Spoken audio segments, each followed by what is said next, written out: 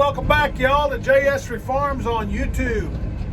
Appreciate you stopping by. If you haven't already, please subscribe and hit that little gray bell. You can be notified of all my upcoming videos. We're in harvest. And if you watched the last video, last episode, I was baling. I started and finished baling corn early one morning and then mid-morning the same morning. Well, this is the same day. So that's just how it is in harvest, you know. I am currently in a swather, and we are going down to start cutting some of my little bitty Haygrazer. So won't y'all come along with me today and we'll see how it goes.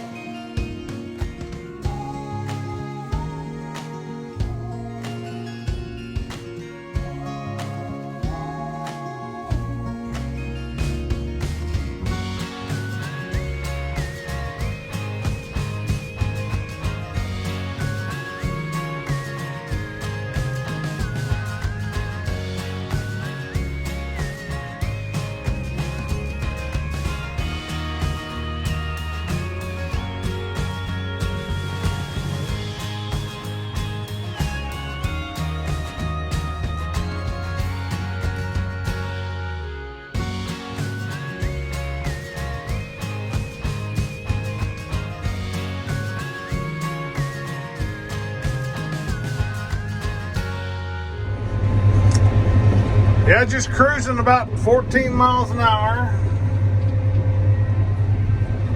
Not too bad, I tell you.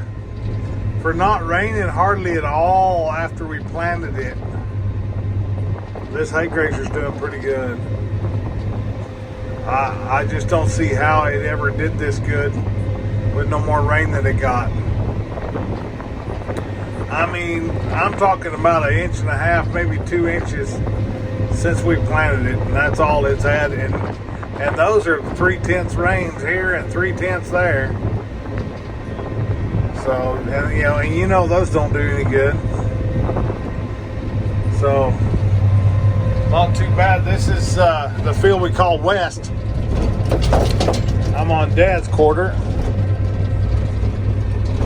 If y'all been watching some of my earlier videos, you'll remember that field. But if you're new to the channel, this is West. We call it West Baghdad. I got a East Baghdad also. I do that because they're so sandy, and sometimes in a drought nothing grows on them. But you know, this time I'm blessed. I just set my A and B. That's why it's a little off right here, because of this fence line's a little bit crooked. But you know, we're lining it up now. Should be good to go. Looking pretty good. Just started. Got it all cut out.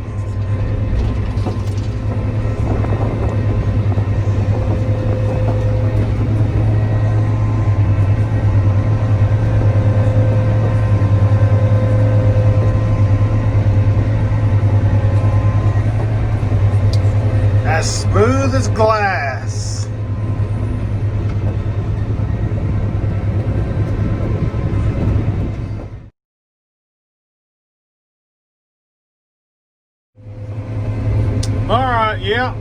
getting along pretty good.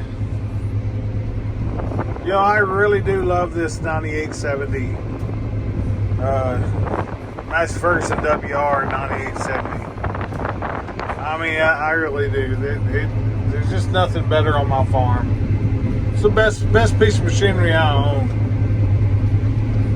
It does more work for as small as it is than anything we got.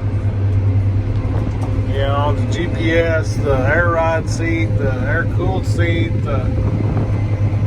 just the comfort, and nothing beats the cutability. I mean, you can cut. I've cut head high, cab high, Haygrazer, and it's just. Of course, I can't run 14, but I can, 8 miles an hour, and I can just cruise. Really like it. Really like the GPS. You know, several people say you got to have the subscription to the. Let me go ahead and turn here. Subscription to the GPS deal to really do a good job. Well, I never have bought it. I run strictly WAs, and I have no trouble whatsoever. Every once in a while, when you're doing a circle, you might need to redo your A and B line. Just every once in a while, or you got to reset it on a sprinkler track or something. But I mean, a lot of them say you got ovals, and look at there, we got a rider today. Big grasshopper.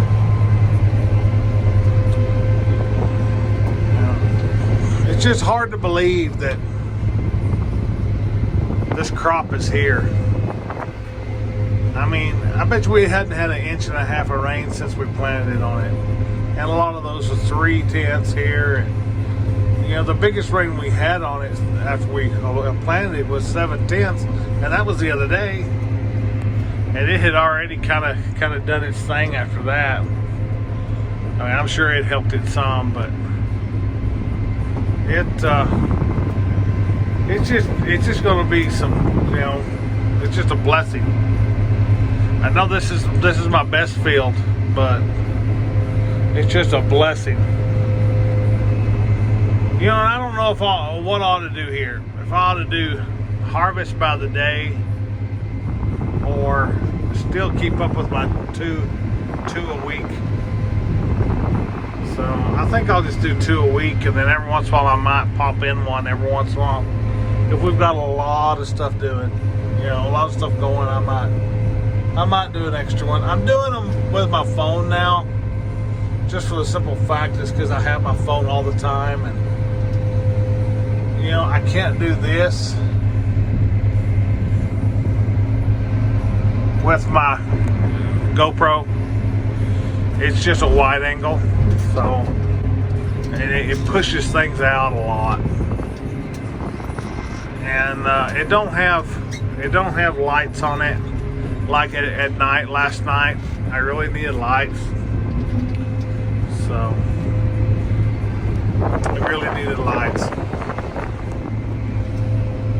Well, this is the debate. I could put all this in round bales and sell it to ranchers, or I've got some dairy interests that would buy it for the same price, put it all in big squares. If they would 100% commit and pay the same price, I would put it up in big squares. I like big squares a lot better. It hauls better, it just bales faster, better, and plus I got a brand new big square baler. So and I got a nice round baler too, don't get me wrong. We're going to put some in round bales. I'll probably put East Baghdad, all of it in round bales. That's just probably what we're going to do. And if I sell it to a dairy, I'm going to sell this field and Medlocks all to a dairy. I also have one rancher that likes big square bales, and he comes after it with his gooseneck. And then I've got a rancher way over by Haygrazer, New Mexico, that wants 2 or 3 semi-loads of, and I would rather haul big squares to him than rounds, because I hate hauling rounds down through Lincoln and Capitan. I just, you know, I don't want to haul rounds that far, so I don't mind hauling to big squares. So that might be what we do. I don't know. We'll have to see. I'll see how interested those dairymen are, and if they really want to pay what we've been getting on round bales. See, we get more on round bales. For one, the hauling on them, and I can get more selling them one at a time than I can in bulk. So I'd rather put them in round bales and get more for it. I gotta wait on my money, but sometimes you gotta wait on your money with the dairies anyway. So that's not the issue. You know, it just you know, I like the fact that you can wham sell it all, and I love that you can put it in big squares and you can use your stacker and stack it all up, and then, you know, I can haul so much more to a dairy quicker.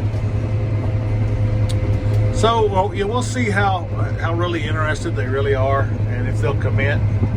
And if they'll commit, I'll put them in big squares, and we'll get them delivered to them. But you know, if it starts to look rainy, and I'll put them in round bales, because they can weather better. That's another thing.